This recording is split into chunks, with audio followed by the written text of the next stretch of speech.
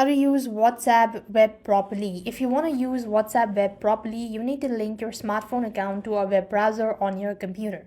So for that, what you want to do is just go to any browser that you have on your device and you want to type in web.whatsapp.com. You have to type in this particular link, and once you do it so you just want to make sure to go ahead, and what you want to do is, now this procedure you have to do it in your computer, right? Once you've done, or once you're taken to this page, you will then be able to find this QR code right over here.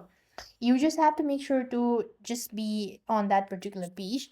And now on your phone, you just have to open up WhatsApp, and there you have tap on the three dot, and there you have to go ahead and tap on link device.